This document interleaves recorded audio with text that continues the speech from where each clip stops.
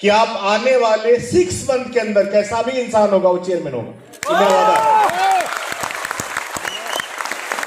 आज आपको डिसीजन लेके जाना है कि तो आईएमसी कर जाइए नहीं तो छोड़ जाइए। टाइम को बर्बाद नहीं करना है। दिक्कत यह है कि कई लोग इस व्यवसाय को समझते ही नहीं है, वो इसको सामान बेचने वाली कंपनी समझते हैं। अजय तुलसी है, हल्दी है, ये है, एलोवेरा है। दोस्तों आईएमसी क्या है आपको पता ही नहीं है। नहीं तो आपको पता है सुभाष चंद्र बोस एडिटोरियम जो है ना, उसको हम फूल कर दिए तब तक। और मैं गारंटी देता हूं कि वेस्ट बंगाल में काम का शुरुआत आज से होने जा रहा है। मैं वादा कर रहा हूं उसके आप लोग हिस्सेदार हैं। मैं आज काफी टाइम बाद आया हूं, इसलिए मैं 2-4 मिनट आपसे भी लेना चाहूंगा, अपने बारे में बताना चाहूंगा। सुनने के लिए तैयार हैं? कितने लोग ऐसे जो मैं पहली बार सुन रहे हैं? अरे बाप रे, 90% लोग। दोस्तों मेरा नाम वेद प्रकाश ओझा हुआ। मेरा गांव जो है, बचपन का जो गांव है, वो बिहार के एक छोटा सा डिस्ट्रिक्ट है गोपालगंज। वहां मेरा जन्म हुआ और मेरा जो कर्म भूमि है, जहां मैंने आईएमसी मुझे मिला। मेरा कर्म भूमि तो पूरा हिंदुस्तान है, लेकिन जहां मुझे आईएमसी बिजनेस मिला वो सूरत में मिला, गुजरात के अंदर मिला। मैं चाहूंगा एक बार गुजरात के लिए भी जोरदार ताली होना चाहिए, जबरदस्त। तो दोस्तों कोई नहीं जानता है किसके लाइफ में कब चेंजिंग आ जाएगा। दोस्तों मैं एक अच्छा फैमिली में जन्म लिया था, पैदा हुआ था। मेरे फादर ग्राम सेवक थे।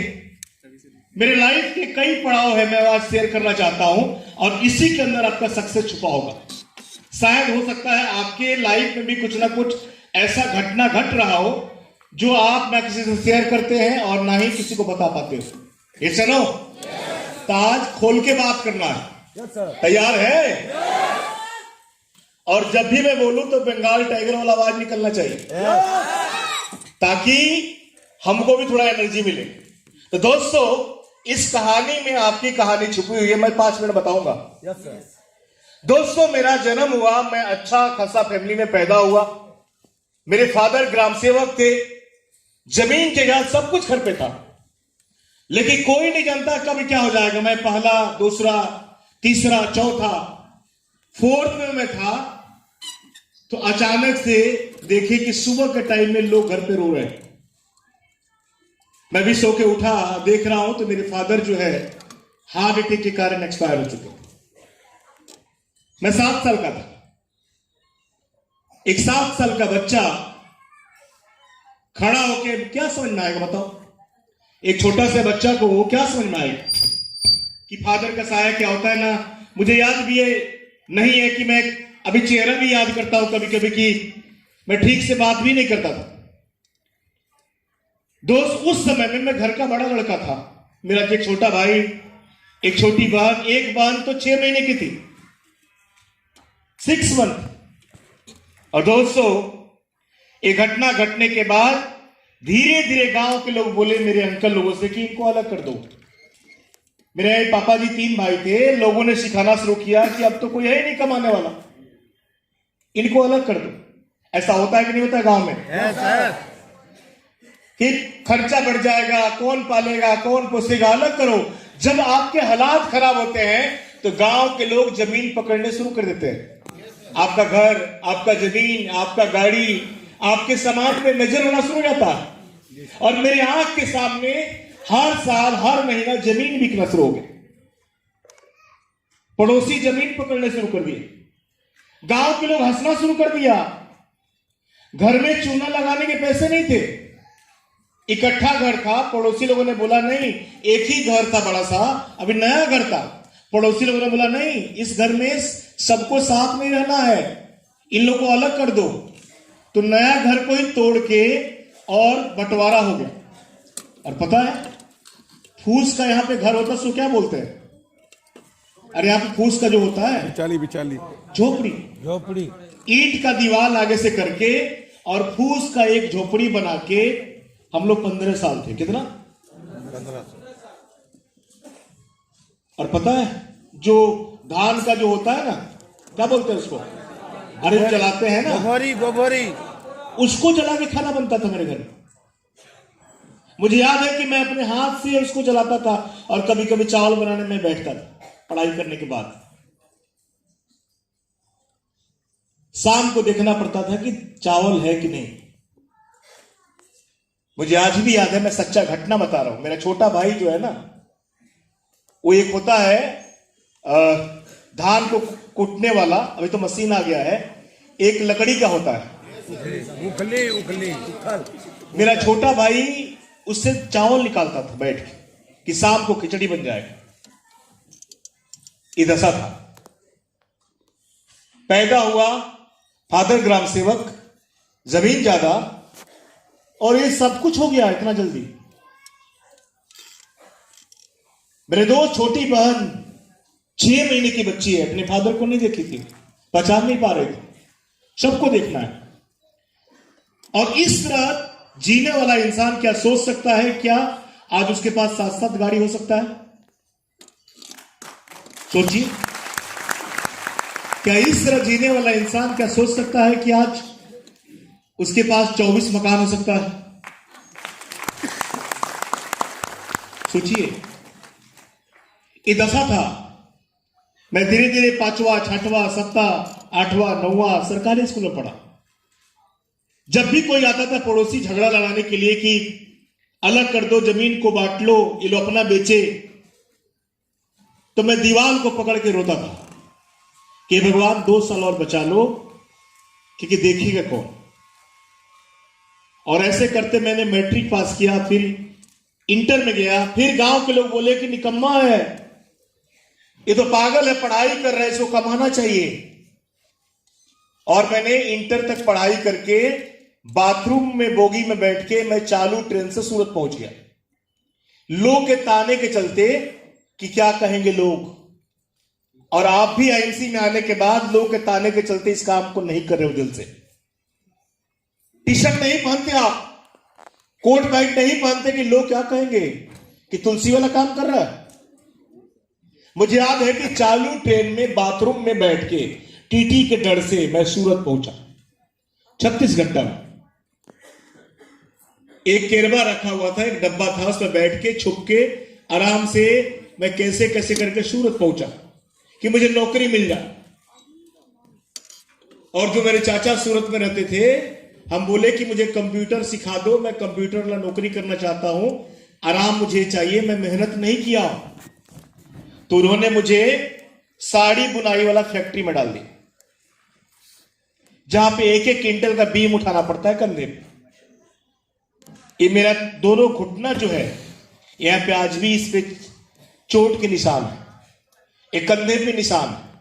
इस मेरे हाथ के जितने उंगलियां देख रहे हैं, ये देखिए सब कटा हुआ है। क्यों? क्योंकि लोहा का मशीन होता था और रोज चोट लगता था। 200 रुपए में मुझे रोज मिलता था। कितना? 200। 6 महीना काम सीखा और काम सीखने के बाद 200 रुपए मुझे रोज मिलता था। कितना? सबको देखना है, 200। बहन को पढ़ाना भी है, भाई है छोटा, उसको भी पढ़ाना है, जमीन भी वापस लेना है, 200। तो मैं 2001 से लेके, मैं 2001 में गया था सूरत, मैं 2001 से लेके 2006 तक कभी भी नया कपड़ा नहीं पहना। 20 रुपए का शर्ट मिलता था पुराना मार्केट में। एक जगह है सूरत में शनिवारी मार्केट, शनिवार के दिन लगता है, और जितना दूसरे का पहना हुआ कपड़ा होता है उसमें बिकता था। तो मैं 6-7 साल दूसरे का पहना हुआ कपड़ा पहना। एक रूम में भूख लगता था, घर पे खाने का आदत था, तो जिस रूम में रहता था 7 लोग थे, बोलते थे कि तुम नाश्ता बनाओ चाहे कुछ बनाओ, एक टाइम में खाना तुमको बनाना है, 12 घंटा ड्यूटी करना है। मुझे नींद आता था रात को, तो कभी कुकर में दाल रखा और नींद आया, सो गया। नींद खुल रहा है 4 बजे शाम को, दाल जल के सब खत्म है, धुआं निकल रहा है कुकर से। ऐसे ऐसे दशा आज तक किया ही नहीं था। ये लाइफ में घटने घट रहे थे। अब सोचिए कि उस तरह जीवन जीने वाला इंसान क्या किसी कंपनी में इस लेवल पे आ सकता है? कभी सोच सकता है ये हो सकता है मेरे साथ? नहीं हो सकता ना। दोस्तों ये घटना मेरे साथ घट रहा था। फिर धीरे धीरे मैं बोला, लोगों से बोलना शुरू किया। मैं घर भेजता था लगभग 150 रुपया रोज का बचत, यानी 4-4.5 घर भेजता था। 1500 रुपया मैंने काम चला जाता। जैसे तैसे करके बहन बड़ी हो रही है, भाई बड़ा हो रहा है, उसी घर में गांव से बाहर घर है। चोर आते थे, पता है, रात को 3 बार, लगभग 7-8 साल में 3 बार चोरी हुआ। जो भी पुराना कपड़ा, जो भी सामान था, मेरे मम्मी के यहां से जो मिला था गहना, आज मेरे घर में एक पायल तक नहीं है, वो सारा चोर लेके चले गए। ये दशा था। 10 एकड़ जमीन बिक गए धीरे धीरे करते करते करते करते।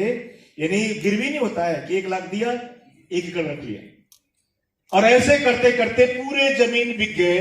ये दशा हो गया कि अब क्या होगा।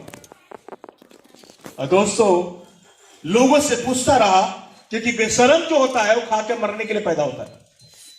बहुत सारे लोग ऐसे होते हैं कि जिनके कंधे पे जिम्मेदारी होता है, वो टेंशन में रहता है हमेशा।